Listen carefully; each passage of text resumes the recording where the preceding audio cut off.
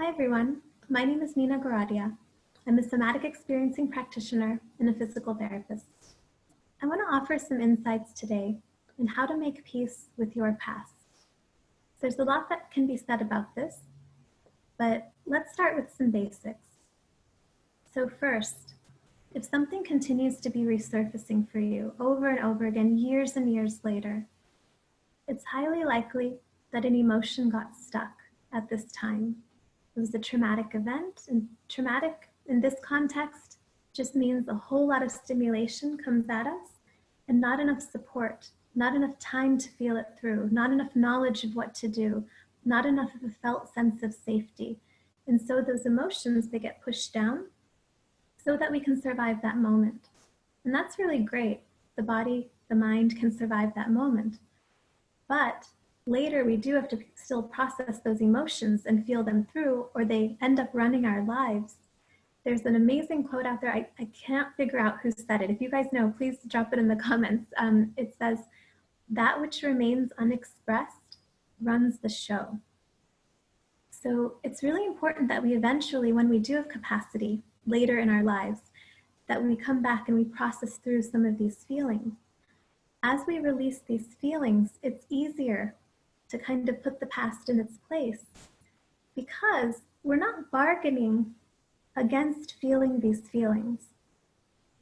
So if I'm having a hard time accepting that something happened in the past, it's oftentimes because if I were to accept it, then I'm obligated to feel all the corresponding feelings that come with accepting it. But if I keep resisting it, there's a payoff for that. It helps me not to feel those feelings. And maybe that's been the most intelligent decision that the mind and body decided to do because perhaps you didn't have enough capacity to feel it at that time. So these are intelligent decisions that are being made, a lot of them unconsciously. But as we continue to work on ourselves and expand our capacity, our emotional resiliency container, as we develop more ability to feel and be with these feelings, focus on them, tolerate them, the older feelings, they start to say, "Oh, she's listening. Finally, I can be seen." And they start to pop up and they want to be seen. And you might find yourself experiencing very intense emotions that you thought you were done with a long time ago, but it's a great sign. And when we have that capacity and these emotions arise and they pass, the past looks different. We can see, oh, maybe I have more perspective on that because previously we were only looking through the filter of our trauma, filter of our experience. And so that is one piece of this. The other piece is really questioning the story that we have about it, especially if it's not a helpful one. So this does not mean to gaslight yourself. This does not mean to not trust yourself. It just means to really question, is any part of this story coming through the filter of the trauma? Is any part of the story trying to help me not feel a certain emotion? If I think that somebody really did me wrong and that I'm screwed because of it and they should suffer, if that's my story, I can really break that down and say, okay, maybe I need to believe that because I don't have enough capacity within me to feel the very tender emotion of powerlessness around what happened. And powerlessness is a fact of life. You know, none of us are all-powerful beings. Even in this moment, it looks like I'm totally safe, but you know, a plane could come crashing down at any moment. Like there's a real mortality that is very true for all of us. And that can be existentially very scary.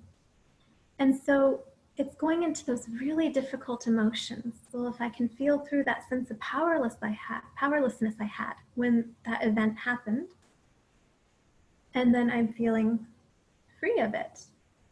I'm no longer playing the game of trying to, resist what happened so that I don't have to feel that feeling, but I feel it through.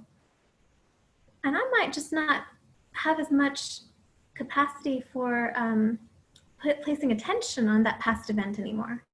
It just might not feel that relevant anymore. Oh, well, I'm not really defending myself from feeling the sense of powerlessness. So yeah, I don't really feel much of an emotional charge when I think about this old event anymore.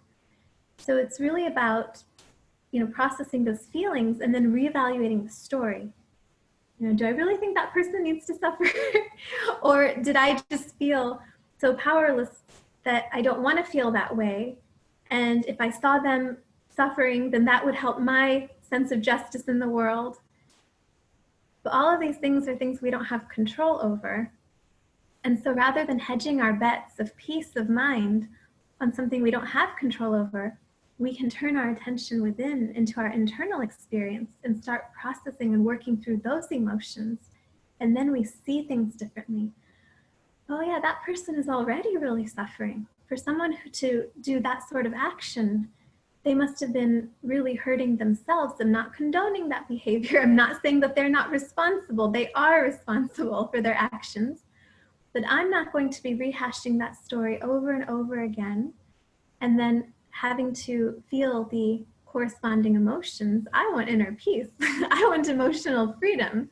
I want these things so much that I want to face my emotions, feel them through, question my stories that could be causing me suffering, and then be here now for my life, be here in the present moment, ready to experience this part of my life.